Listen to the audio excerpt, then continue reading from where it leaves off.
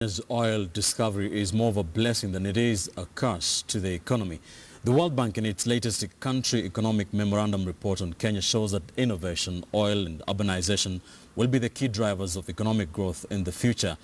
KTN's Joy Doreen Bido sat down with lead economists at the World Bank and asked him just how much Kenya could reap from its deposits.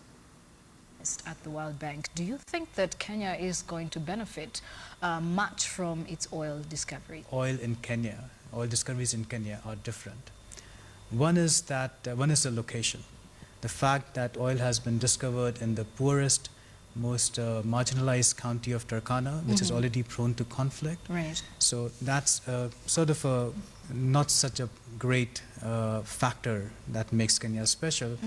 Because of existing conflict, if expectations are not managed well, if revenue sharing is not equitable, then oil discoveries can exacerbate that existing conflict.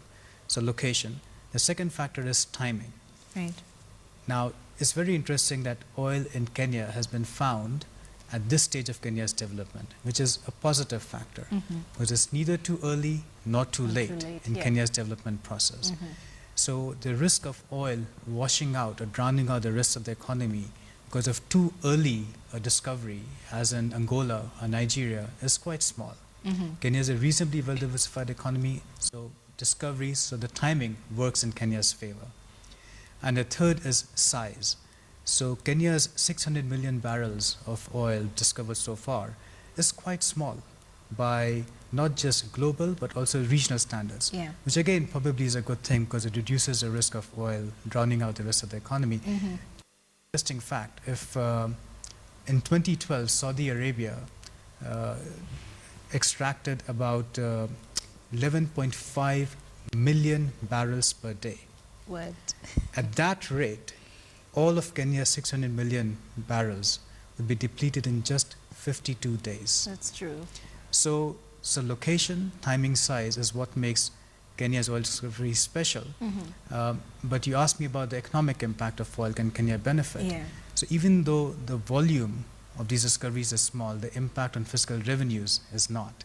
And we estimate in our report that at peak production, fiscal revenues are as high or can be as high as $9 billion.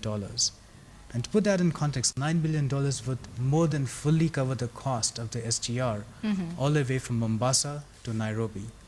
So the point is that the main economic impact of oil comes from the intermediate pipeline construction or that kind of stuff, but it comes from the fiscal revenues oil generates and how well they are managed.